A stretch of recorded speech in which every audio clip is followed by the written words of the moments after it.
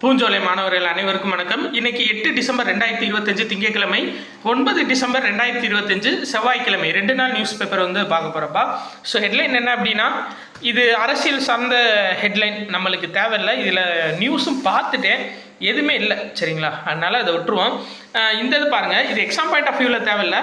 Maybe நம்மளுக்கு அதாவது இந்த கூற்று காரணம் அந்த மாதிரி எதுவும் வச்சா வைக்கலாம். என்ன அப்படின்னு சொல்லி பார்த்தீங்கன்னா, இப்போ வந்து ஏதாச்சும் தங்கும் விடுதிகள் இல்லை வந்து ஏதாச்சும் ஒரு நிறுவனங்களில் வந்துட்டு நம்ம வேலைக்கு போனோம் அப்படின்னா நம்மளோட ஆதார் ஜெராக்ஸ் கேட்பாங்க.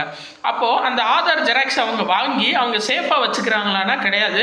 அது நம்மளோட இன்ஃபர்மேஷனை வெளியில் அமௌண்ட்டுக்கு நிறையா பேர் வித்துடுறாங்க, சரிங்களா? எல்லாருமே சொல்லலை, நிறையா பேர் வந்து பார்த்தீங்க அப்படின்னா அந்த தங்கும் விடுதிகளில் நிறுவனங்களில் இது எல்லாத்துலேயுமே நம்மளோட இன்ஃபர்மேஷனை அமௌண்ட்டுக்கு வித்துடுறாங்க. ஸோ இது நிறையா பேங்க்குக்கு இந்த மாதிரி மார்க்கெட்டிங் ஏஜென்சிக்கு நிறையா நம்மளோட நம்பர்ஸ் வந்து போயிடுது. ஸோ அதை தடுக்கிற விதமாக என்ன செய்ய போகிறாங்க அப்படின்னா, ஒவ்வொரு நிறுவனத்துக்கும் QR கோடு கொடுத்துருவாங்க. ஸோ வர்றவங்களோட அப்ளிகேஷன் அவங்க என்ன பண்ணலாம் அப்படின்னா, அந்த QR கோடை ஸ்கேன் பண்ணி அவங்க அப்ளை பண்ணிக்கலாம் அந்த குறிப்பிட்ட இதுக்கு. அதே மாதிரி ஒவ்வொரு தங்கும் விடுதிகளுக்கு போனோம் அப்படின்னா அந்த QR கோடை ஸ்கேன் பண்ணிக்கலாம். அந்த QR கோடோட இன்ஃபர்மேஷன் நேராக கவர்மெண்ட்டோட சர்வரில் தான் போய் சேவ் ஆகும். சப்போஸ் எதுவும் ப்ராப்ளம் இந்த மாதிரி வர்ற பட்சத்தில் பெர்மிஷன் வாங்கி போலீஸோ இல்லை அதுக்கு தேவையானவங்களோ பெர்மிஷன் வாங்கி அந்த தகவலை தேவைப்படுறப்ப எடுத்துக்கலாம் கவர்மெண்ட்டிட்டேருந்து. ஸோ அப்படிப்பட்ட ஒரு இன்ஃபர்மேஷன் கூடிய சீக்கிரத்தில் வரும் அப்படின்னு சொல்லியிருக்காங்க. இதுக்கு ஆர்டிஃபிஷியல் இன்டெலிஜென்ஸ் மூலியமாக இதை தயார் பண்ணணும்னு சொல்லியிருக்காங்கப்பா, சரியா? ஸோ அது சார்ந்து வேறு எதுவும் பேரோடு வந்துச்சுன்னா நம்ம பார்த்துக்கலாம். அடுத்தது பார்க்கலாம்.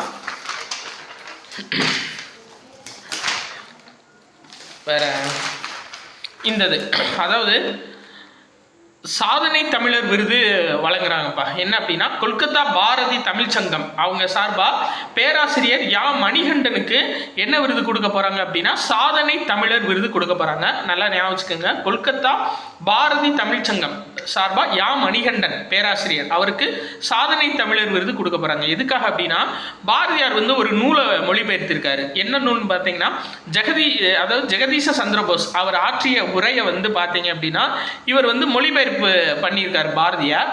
அந்த அதாவது ஜீவ வாக்கு அந்த நூல் பேர். அந்த நூலை வந்து ஆராய்ச்சி பண்ணதுக்காக யா மணிகண்டன் அவருக்கு வந்து கொடுத்துருக்காங்க. ஜீவ வாக்கு அப்படின்ற நூலை ஆராய்ச்சி பண்ணதுக்காக பேராசிரியர் யா மணிகண்டனுக்கு வந்து பார்த்தீங்க அப்படின்னா பாரதி தமிழ்ச்சங்கம் சார்பாக சாதனை தமிழர் விருது கொடுத்துருக்காங்க. அடுத்தது பாருங்க, இப்போ ரீசெண்டாக உள்நாட்டோட இராணுவ தயாரிப்பு 1.51 லட்சம் கோடியாக உயர்ந்திருக்கு அப்படின்னு சொல்கிறாங்கப்பா. அது போக பார்டர் ரோடு ஆர்கனைசேஷன் BRO அதை பற்றி கொடுத்துருக்காங்க. இதில் எதுவும் இன்ஃபர்மேஷன் இல்லை. இந்த இது பாருங்களேன், அடிக்கடி நம்மளுக்கு நியூஸில் வருது. ப்ளஸ் இது வந்து பார்த்தீங்க அப்படின்னா பட்ஜெட்டில் அறிவிச்சிருந்தாங்க, போன வருஷம் பட்ஜெட்டில் அறிவிச்சிருந்தாங்க. ராமநாதபுரம் மாவட்டத்தில் புதிய விமான நிலையம், இந்த பட்ஜெட்டு தான் 25 பட்ஜெட்டில் தான். எங்கே அப்படின்னா புதிய விமான நிலையம் எங்கே அமைக்க போகிறாங்க அப்படின்னா ராமநாதபுரத்தில்ப்பா. ஸோ அது ஞாபகம் வச்சுக்கோங்க, ஏன்னா பட்ஜெட் கூட்டத்தொடரில் பேசின இன்ஃபர்மேஷன் எல்லாமே நம்மளுக்கு கொஸ்டினாக வருது.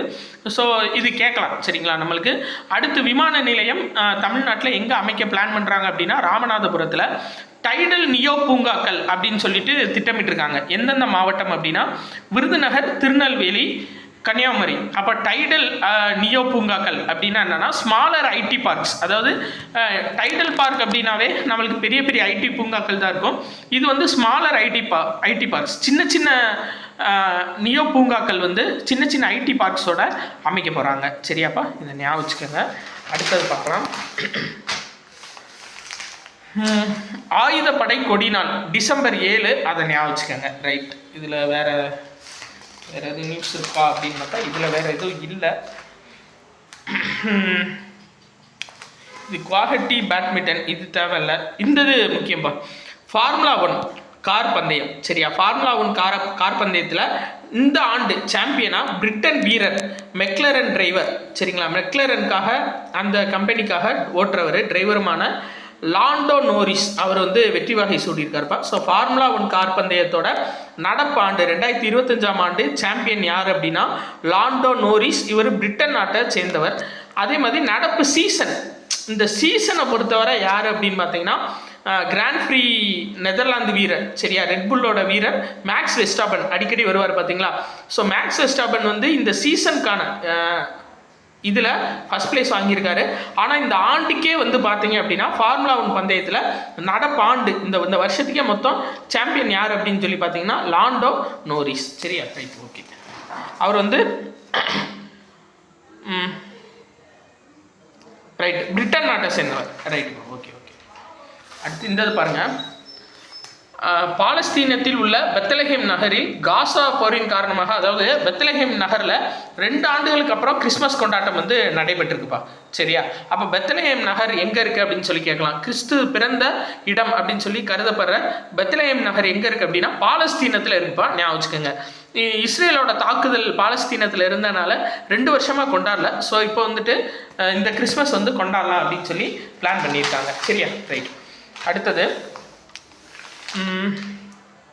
இந்த பாருங்கள், நம்மளுக்கு இது ரொம்ப ரொம்ப முக்கியம். என்ன அப்படின்னா இந்த வந்தே மாதரம் பாடல் சார்ந்து நிறையா நியூஸ் வந்துட்டுருக்கு. ஏன்னா இயற்றி 150வது ஆண்டு அது சார்ந்து அங்கே மேலே நாடாளுமன்றத்தில் பேசியிருக்காங்க. இதில் நிறைய இன்ஃபர்மேஷன் இருக்குப்பா. என்ன அப்படின்னா 1905 வங்க பிரிவினை சார்ந்து கொடுத்துருக்காங்க. இது பாருங்கள், தென்னாப்பிரிக்காவிலிருந்து வெளியிடப்பட்ட இந்தியன் ஒப்பீனியன் வார இதழ். இது நம்ம பார்த்துருக்கோம் பார்த்தீங்களா, அதாவது மகாத்மா காந்தி வெளியிடுவார் இது. சரியா, இந்தியன் ஒப்பீனியனில் தில்லையாடி வள்ளியம்மை பற்றி குறிப்பிட்டிருப்பார். இது ஆக்சுவலாக இந்த இந்தியன் ஒப்பீனியன் பத்திரிக்கை தென்னாப்பிரிக்காவிலேருந்து வெளிவந்த வார இதழ். இது ரொம்ப முக்கியம் தான். நம்மளுக்கு கேட்பாங்க வார இதழா மாத இதழா அப்படின்னு சொல்லி கேட்பாங்க. இது ரொம்ப முக்கியம். அடுத்து இந்தது 1907ஆம் ஆண்டு சுதேசி நிறுவனத்தின் கப்பலோட்டிய தமிழர் வ.உ. சிதம்பரனார் அவர் சொல்லியிருக்காரு. அவர் சார்ந்து கொடுத்துருக்காங்க. அந்த கப்பலில் அவர் வந்தே மாதரம் அப்படின்னு பொறிச்சாரு அப்படின்னு சொல்லி கொடுத்துருக்காங்கப்பா. ஸோ இது நம்மளுக்கு ரொம்ப முக்கியம். ஆனால் என்னன்னா நம்மளுக்கு புக்கில் வந்து 6ன்னு கொடுத்துருக்கோம். சுதேசி நாவாய் சங்கம் துவங்கப்பட்ட ஆண்டு 6ன்னு கொடுத்துருக்கோம். ஆனால் இந்த சுதேசி நிறுவனத்தில் 2 கப்பல் வாங்கியிருப்பார்ல, காலியா லாவோன்னு 2 கப்பல் வாங்கியிருப்பார். ஸோ அந்த 2 கப்பலில் வந்து அவர் செயல்பட ஆரம்பித்தது 1907. அந்த கப்பலில் வந்தே மாதரம்னு எழுதியிருப்பாருன்னு சொல்லியிருப்பாங்க. இந்த பாருங்கள், 1896 முதல் காங்கிரஸ் மாநாட்டில் தான் வந்தே மாதரம் பாடல் பாடப்பட்டுச்சு. இதில் கூடுதல் இன்ஃபர்மேஷன் இருந்தது. 1905 பனாரஸ் காங்கிரஸ் மாநாட்டில் சரளா தேவி அவங்க இந்த பாடலை பாடியிருக்காங்கப்பா. ரொம்ப முக்கியம். சரியா, ஒரு பெண் வந்து வந்தே மாதரம் பாடலை பாடியிருக்காங்க. எப்போ அப்படின்னா 1905 பனாரஸ் காங்கிரஸ் மாநாடு. பாடினவங்க பேர் சரளா தேவிப்பா. இது டிஃப்ரெண்ட்டான ஒரு இன்ஃபர்மேஷனாக இருந்துச்சு. ஸோ அதை ஞாபகம் வச்சுக்கோங்க. சரியா, அடுத்து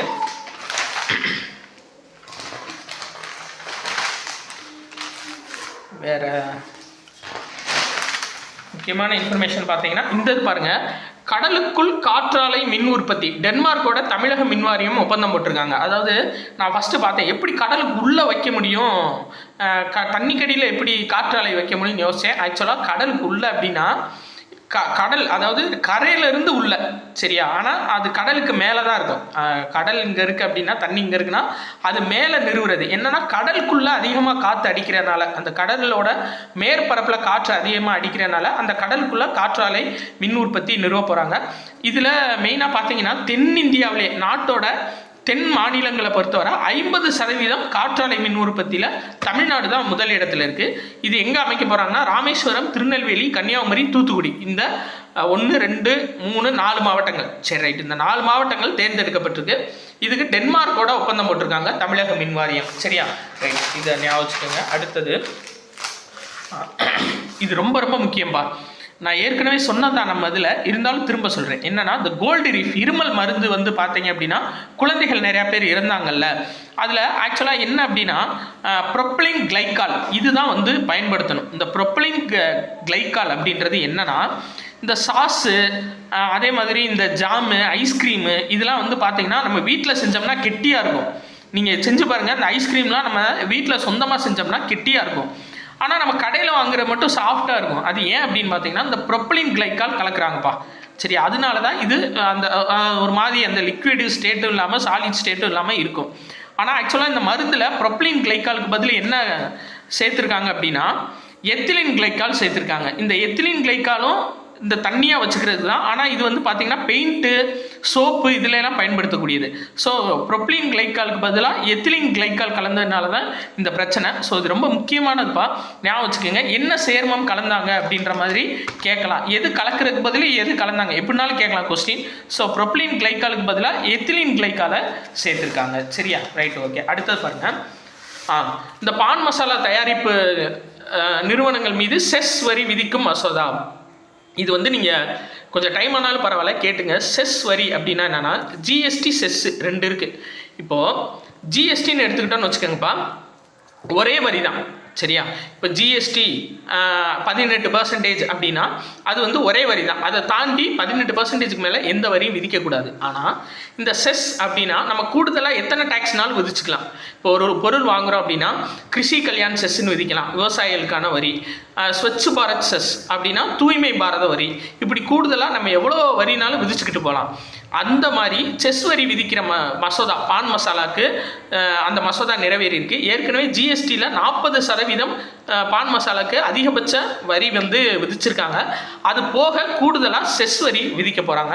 அந்த செஸ் வரிக்கு வந்து எண்டே கிடையாது, எவ்வளோ வரினாலும் போட்டுக்கலாம். ஒரு மீம்ஸ் கூட பார்த்தேன். என்ன அப்படின்னா, இந்த விஜய் மல்லையா வந்து போகும்போது நாட்டை விட்டு ஓடி போகும்போது போட்டிருந்தாங்க, எதுக்கு தேவையில்லாமல் அவர்கிட்ட காசு கேட்டு இது பண்ணிக்கிட்டு இருக்கீங்க, விஜய் மல்லையா செஸ்ஸுன்னு ஒரு செஸ்ஸு சேர்த்து விடுங்க, நாங்களே அந்த காசை கட்டி விட்டுறோம். ஏன்னா ஏற்கனவே ஏகப்பட்ட செஸ்ஸுன்னு சொல்லி பெட்ரோலுக்கு டீசலுக்கும் செஸ்ஸுன்னு கண்ட செஸ்ஸு வாங்கிக்கிட்டு இருக்கீங்க. ஸோ அந்த மாதிரி செஸ்ஸில் விஜய் மல்லையா செஸ்ஸுன்னு சேர்த்து விடுங்க, அதையும் சேர்த்து கட்டி விட்டுறோம், நாங்களே கட்டி விட்டுறோம் அப்படின்ற மாதிரி போட்டிருந்தாங்க மீம்ஸில். சரியா, சரி ரைட் ஓகேப்பா. அடுத்தது பாருங்கள்.